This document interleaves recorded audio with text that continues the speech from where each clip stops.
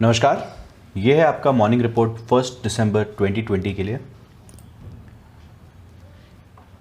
World markets की तरफ देख लेते हैं। कॉस्पी 1.16% अप था, एसजीएक्स निफ्टी 0.52% अप था, हैंग सेंग 0.49% अप था, निकाई 1.33% अप था, एस&पी 500 कल 0.46% डाउन क्लोज हुआ, नैस्डैक 0.058% डाउन क्लोज हुआ, गोल्ड 0.22% अप है, यूएसडी आईएनआर 0.21% अप है। एक बात जान लीजिए कि ये जो भी डेटा है जहाँ पर भी आपको अप दिख रहा है ये कल से है। तो कल मार्केट लेकिन काफ़ी नीचे गिरा था, जैसे कि एसजीएक्स निफ्टी ये 13,000 के नीचे जा चुका है कंपेयर टू निफ्टी 550। गोल्ड का भी प्राइस 1800 के प्राइस लेवल को तोड़ चुका है और ये अब 1780 पर ट्रेड हो रहा है। आज के डेटा रिलीज को देख लेते हैं। निकाय मार्केट मैन्युफैक्चरिंग पीएमआई डेटा है इंडिया के लिए 57.3 का फोरकास्ट है। ये याद रखिएगा कि 50 से ऊपर जो भी डेटा आएगा ये अच्छा होगा। 50 से ऊपर आने का मतलब है एक्सपेंशन हो रहा है, 50 से नीचे contraction. German unemployment change data है 225 को। जर्मन मैन्युफैक्चरिंग पीएमआई है अगेन 225 को। 3 बजे मैन्युफैक्चरिंग पीएमआई आएगा यूके का, और यूरोजोन का CPI data year on year figure नवंबर के लिए 330 को आएगा। 830 को आईएसएम मैन्युफैक्चरिंग पीएमआई जो कि काफ़ी इंपॉर्टेंट डेटा है यूएस से, इसका रिलीज़ होगा। तो ये थी आज के मुख्य डेटा रिलीजेस। अब इंडेक्स की तरफ देख लेते हैं। सेंसेक्स जो है ये हमने नवंबर में लगभग 63,000 करोड़ का बाइंग देखा है एफआईआईज में। तो ये अब तक का ऑन रिकॉर्ड सबसे हाईएस्ट एफआईआई बाइंग है। जो ग्लोबल क्यूज़ है ये कल, जैसा कि हमने पहले बताया, कल काफ़ी नेगेटिव हो चुके थे। एक पॉजिटिव मंथ के बाद ये काफ़ी नेगेटिव हो चुके हैं। सीजनैलिटी वाइज देखें तो एवरेज मंथली रिटर्न जो लास्ट 20 साल का अगर हम लोग देखें तो दिसंबर के महीने में लगभग 2.4% का एवरेज मंथली रिटर्न मिलता है मार्केट को। इसका मैक्सिमम 15.7% रहा है और सबसे मिनिमम 2003 में 4.2% रहा है सेंसेक्स के लिए। तो ये सीजनैलिटी दिसंबर के तो काफ़ी अच्छी है। ये बार ज़्यादा फंडिंग क्रंच भी नहीं है एफआईआई में, तो शायद थोड़ा बहुत हमें फ़ायदा मिल सकता है इसका भी। मार्केट जो ईयर एंड के आसपास काफ़ी फंडिंग क्रंच देखने को मिलता है, ये साल थोड़ा कम रहेगा। Expecting markets to stay within the channel for the month in absence of major funding pressures. तो इसी वजह से हम एक्सपेक्ट करते हैं कि चैनल के अंदर ही रहेगा मार्केट। जो सपोर्ट है सेंसेक्स के लिए 44 और 43,000 पर मिलेगा आपको। निफ्टी के लिए सपोर्ट 12,700 और 12,400 के आसपास मिलेगा। 12,400 का जो सपोर्ट है ये काफ़ी इंपॉर्टेंट है, फिबोनाची रेजिस्टेंस है, फिबोनाची सपोर्ट है, तो ये काफ़ी ज़्यादा होल्ड कर सकता है। आज की मुख्य सुर्खियों को एक बार देख लेते हैं। Biden names top economic advisers, ये पहले भी न्यूज़ आ चुकी थी, ये टेंटेटिव था, अब ये कंफर्म हो चुका है कि जैनेट येलन ही ट्रेजरी सेक्रेटरी रहेगी, तो ये काफ़ी पॉजिटिव न्यूज़ है।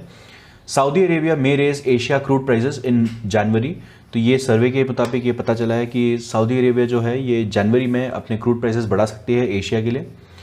ट्रेजरी सेक्रेटरी जो स्टीव नंजन है, उन्होंने कांग्रेस को अर्ज किया है जो केयर्स एक्ट फंड थे इनके, जो पहले इन्होंने पैंडेमिक के समय पर उन्होंने पास किया था, उस समय का जो केयर्स एक्ट फंड है, इनमें से जो भी बचा हुआ फंड रहेगा इसे कोविड रिलीफ के लिए तुरंत ही यूज़ कर ले कांग्रेस। यूएस के हाउसिंग और मार्केटिंग डेटा ये सजेस्ट करते हैं कि इकोनॉमिक रिकवरी स्लो डाउन हो रही है। 1.1% पेंडिंग होम सेल्स जो थे ये नीचे आए हैं। मॉडर्ना यूएस और यूरोजोन के ऑथराइजेशन, वैक्सीन ऑथराइजेशन के लिए सीक करेगा। 100% इफेक्टिव रिजल्ट्स आए हैं अगेंस्ट सीवियर कोविड। 30 जो लोग थे जिनको कोविड हुआ, सीवियर कोविड हुआ, ये सारे के सारे प्लेसिबो वाले थे। प्लेसिबो यानी कि ऐसी दवाई जिसका कोई कुछ खास मतलब नहीं है, ये बस जो मेंटल इफेक्ट है इसे हटाने के लिए दिया जाता है अगेंस्ट द वैक्सीन। तो जो भी 30 लोग थे जिनको सीवियर कोविड हुआ इस पूरे टेस्ट के दौरान, ये सब के सब प्लेसिबो इफेक्ट वाले थे। ब्रिटेन और ईयू ये दोनों ने एक दूसरे को वार्न किया है कि समय निकलता जा रहा है ब्रेक्सिट के ट्रेड डील के लिए। जैसा कि आप जानते हैं दिसंबर 2021 ये फाइनल डेट होगा। अगर इस समय तक ब्रिटेन और ईयू के बीच में कोई ट्रेड डील नहीं होता है तो ऑफिशियली ब्रिटेन जो है ये एफटीए में चला जाएगा, फ्री ट्रेड अग्रीमेंट में। तो ये काफ़ी ख़राब चीज़ हो सकता है, ये हार्ड ब्रेक्सिट जिसे हम कहते हैं, जहाँ पर कोई डील नहीं है ब्रिटेन और ईयू के बीच में, ऐसी एक सिचुएशन आ जाएगी। ओपेक जो है ये कंसेंसस रीच कर चुका है। जो पहले ऑयल कट्स थे, इनके ऑयल प्रोडक्शन कट्स थे पैंडेमिक के चलते, उसे और 3 महीने से बढ़ाने की बात चल चुकी है। तो ओपेक ने इस कंसेंसस को फिर से बढ़ोतरी दी है। डोमेस्टिक न्यूज़ को देख लेते हैं। आरबीआई की मॉनेटरी पॉलिसी 4 दिसंबर को एक्सपेक्टेड है। जो रेट्स है इसे शायद आरबीआई नहीं चेंज करेगा। फिजिकल डेफिसिट जो है ये 119.7% ऑफ बजट टारगेट आ चुका है, या फिर और रुपीज़ 9.53 लाख करोड़ के आसपास for April to October. Year on year quarter two GDP जो है ये -7.5% के आसपास आया है। ये एस्टिमेट को बीट करता है। 8% के ऊपर का कॉन्ट्रैक्शन एक्सपेक्टेड था, तो ये काफ़ी अच्छा डेटा है। Construction output 8.6% year on year आया है। Power gas water output 4.4% year on year. Trade hotels transport communication sector के आउटपुट -15.6% ईयर ऑन ईयर आया है। क्रूड ऑयल फॉर अक्टूबर इसका आउटपुट आया है -6.2%। नेचुरल गैस का -8.6%। रिफाइनरी प्रोडक्ट्स का -17% year on year. Insurance, financing, real estate, business services का output -8.1% year on year आया है। फार्म सेक्टर का आउटपुट 3.4% ऊपर आया है। मैन्युफैक्चरिंग सेक्टर का 0.6% ऊपर आया है year on year. Mining quarrying का output -9.1% year on year. Public admin, defence, other sectors का -11.4% year on year. Industry output जो है ये -2.1% ईयर ऑन ईयर है। Fertiliser output 6.3% year on year है। स्टील आउटपुट 2.7% और सीमेंट आउटपुट 2.8%। और finally electricity का आउटपुट 10.5% ईयर ऑन ईयर आया है। मिस सोमा मोडल को चेयरपर्सन सेल का चेयरपर्सन स्थापित कर दिया गया है। ये अप्रैल 2023 तक सेल की चेयरपर्सन रहेगी। Carlyle is in advance stages to acquire Granules India. जो ग्रैन्यूल्स इंडिया है इसे इनका एक्विजिशन हो रहा है फॉर अराउंड $1 बिलियन। तो ये काफ़ी अच्छा न्यूज़ है ग्रैन्यूल्स के लिए। डीबीएस ने कहा है कि उनका लक्ष्मी विलास बैंक का टेक ओवर ये कंप्लीट हो चुका है, तो ये भी काफ़ी अच्छा न्यूज़ है। ये अब खत्म हो चुका है। अब ऑफिशियली लक्ष्मी विलास बैंक जो है ये डीबीएस ही कहलाएगा। वेदांता के शेयर होल्डर कायमा कैपिटल ने नया एलिगेशन रखा है वेदांता के ऊपर कि उन्होंने इम्प्रॉपर फंडिंग की है।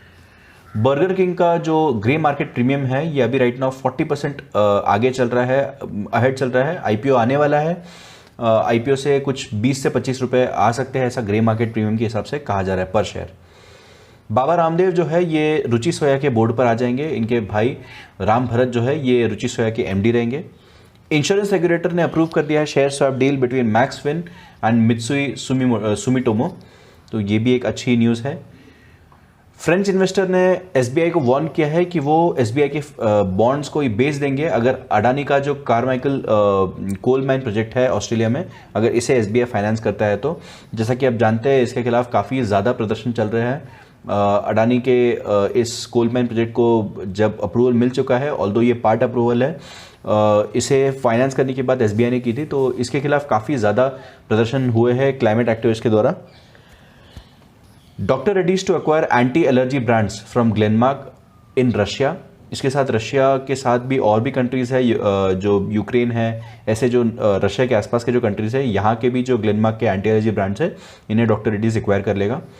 Transformers and rectifiers India limited ने 98 करोड़ के ऑर्डर को बैक किया है गेटको से।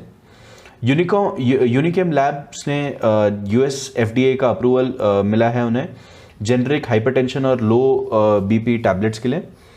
गौतम अडानी ने कहा है कि 33,000 के जो ऑफर है डीएचएफएल का टेक ओवर के लिए, इस ऑफर को वो और इम्प्रूव कर सकते हैं। JSW steel is in process of acquiring land for 13 million ton steel plant in Odisha.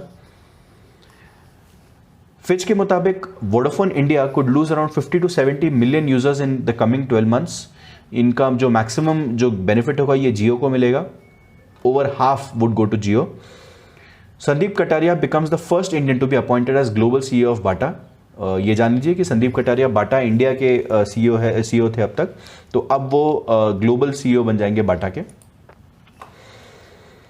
Reliance capital जो है ये अपनी इंटरेस्ट पेमेंट सिर्फ डिफॉल्ट कर चुका है। ये इंटरेस्ट जो पेमेंट्स है ये 690 crore loan from HDFC and axis bank की तरफ से था, तो ये काफ़ी खराब न्यूज़ है रिलायंस कैपिटल के लिए। पीएम मोदी एक वर्चुअल ऑल पार्टी मीटिंग को चेयर करेंगे December 4 को। ये जो मीटिंग है ये कोविड सिचुएशन को डिस्कस करने के लिए बुलाया गया है। कोविडशील्ड के वैक्सीन ट्रायल्स में चेन्नई में एक 40 ईयर ओल्ड वॉलंटियर ने यह कहा है कि उन्हें काफ़ी ज़्यादा सीरियस साइड इफ़ेक्ट्स देखने को मिले हैं, तो इसलिए उन्होंने 5 करोड़ का कॉम्पेंसेशन मांगा है कंपनी से। हालांकि सीरम इंस्टीट्यूट ने साफ कह दिया है कि ये जो क्लेम है ये मैलिशियस है और ये जो सीरियस साइड इफ़ेक्ट्स है ये वैक्सीन की वजह से नहीं है, ऐसा उन्हें पहले से उस वॉलंटियर को पहले से बता दिया गया था। Government officers to function with 100% strength of grade 1 and above officers, तो ये नॉर्मल सी की तरफ धीरे धीरे गवर्नमेंट ऑफिसर्स वापस आते हुए दिख रही है। जो रिमेनिंग स्टाफ है ये 50% पर ही रहेगा एज पर रिक्वायरमेंट टिल 31 दिसंबर और till further order. Private officers को भी बोला गया है कि वो शिफ्ट के हिसाब से काम चलाएं ताकि कम से कम लोग एक साथ एक जगह रहे। अप्रैल टू सितंबर का जो एफडीआई इनफ्लो था वो 15% अप था एट 2.2 ट्रिलियन रुपीस। मॉरिशस ये टॉप सोर्स था। फाइनेंस मिनिस्टर सीतारमन ने 5th रिव्यू मीटिंग होल्ड की है केपेक्स ऑफ सीपीएसईज के। ये इंफ्रास्ट्रक्चर एक्सपेंडिचर जो है इसे बूस्ट करने के लिए ये मीटिंग होल्ड की गई थी। जो अब तक की ओवरऑल अचीवमेंट है ये लगभग 39.4% है against the capex target of 61,483 crore for the FI. Adani transmissions ने 49% स्टेक एक्विजिशन कंप्लीट कर लिया है अलीपुरदुआर ट्रांसमिशन प्रोजेक्ट में। और इंडिया जो है ये एंटी डंपिंग ड्यूटी लगा सकता है टायर इंपोर्ट्स पर, थाईलैंड से आने वाले टायर इंपोर्ट्स पर। तो ये थी आज की मुख्य सुर्खियाँ। डिस्क्लेमर के तौर पर हम ये बता देते हैं कि हम सभी रजिस्टर्ड एडवाइजर्स एजुकेटर्स नहीं हैं। ये एक easy to understand defaulter list है जिसे हम यूज़ करते हैं ताकि आपको थोड़ी आसानी हो। डिफरेंट ट्रेडर्स अलग अलग तरह के इंडिकेटर्स या एनालिसिस यूज़ कर सकते हैं, तो आप इन्वेस्ट करने से पहले अपना रिसर्च ज़रूर कीजिए। अगर आपको ये बुलेटिन पसंद आया हो तो आप इसे लाइक, शेयर और सब्सक्राइब ज़रूर कीजिए। Thanks for watching.